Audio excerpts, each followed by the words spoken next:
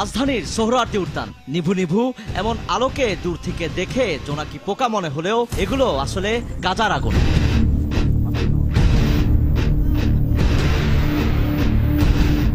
এ তো গেল রাতের চিত্র। দিনের বেলা একই জায়গায় গেলে অনেকেরই চোখ গিয়ে ঠেকতে পারে কপালে।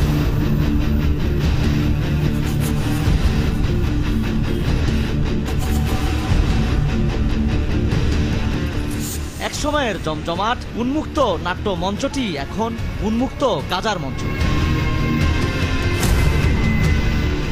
অনুসন্ধানে নেমে যে ছবি পাওয়া গেল তা রীতিমতো ভরকে দেওয়ার মতো। রাজধানীর চন্দ্রিমা উদ্যান, রমনা পার্ক, ঢাকা বিশ্ববিদ্যালয়ের টিএসসি, পলাশী, ফুলার রোড সহ বেশ কিছু এলাকা অসহায় আত্মসমর্পণ করে আছে মাদক সেবীদের কাছে।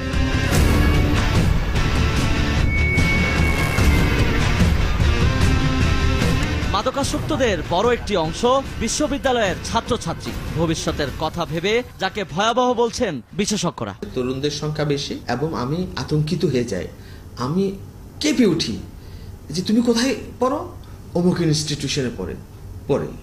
আমি ভয় পেয়ে যাই যে এরা যদি ড্রাগসের সাথে জড়িয়ে যায় তাহলে আমাদের জাতির কি হবে। হলে থাকলে বিশেষ করে সবাই করছে, আমি একটু ওদের সাথে বসতে হয়, একটু নিলাম আর কি। মাদক মানে একটা রাসায়নিক দ্রব্য, সেটা নিজের ভিতর ঢুকে যাচ্ছে, ধোঁয়ার মাধ্যমে হোক, সিরাপের মাধ্যমে হোক, ইনজেকশনের মাধ্যমে হোক, ঢুকে গিয়ে আলটিমেটলি তার ব্রেনে যাচ্ছে। সেটা ব্রেনের যে মেকানিজম আছে, আমাদের যে স্বাভাবিক আমরা নর্মাল হিউম্যান বিইং, এই মেকানিজমটা টোটালি বদলে যায়। রাজধানীর মিডিয়া পাড়া নামে খ্যাত কারওয়ান বাজার, বেশ কিছু টেলিভিশন চ্যানেল ও পত্রিকা অফিস আছে এলাকাটিতে। মাদকের বিরুদ্ধে দিনরাত সোচ্চার যেই গণমাধ্যমগুলো, খোদ তারাও এখানকার মাদক সেবীদের নিয়ে আছেন বিপাকে। কারওয়ান বাজারের বেশ কিছু এলাকায় দিন রাতই চলে মাদক সেবন, আর সন্ধ্যা নামার সঙ্গে সঙ্গে সেগুলো চলে যায় মাদক সেবীদের দখলে। এই কারণে আমাকে ক্ষতি হইতেছে।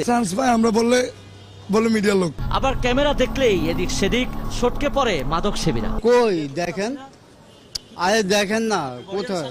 হ্যাঁ করেন, দরকার নেই, আপনি বের করে জাস্ট বলেন যে কি করতেছেন। আরে ভাই কি অভিযোগ আছে আশপাশের বেশ কিছু শপিং মলের কর্মী ছাড়াও বিপদগামী কিছু মিডিয়া কর্মী জড়িত এই অপকর্মে। আমি বসুন্ধরা জব করি। এই অভিযোগ সত্যি কিনা মিথ্যা সে আপনি চিনেও না হয়তো না। আর যদি আপনার ফুটেজ আমি দেখাই দিই স্পাই ক্যামে, তাহলে কেমন হয়? দেখা দেন। দেখা দেওয়ার পর কি করবেন আপনি? কিছুই করবো না। দেশে এর চেয়ে তো অনেক খারাপ কাজ হচ্ছে।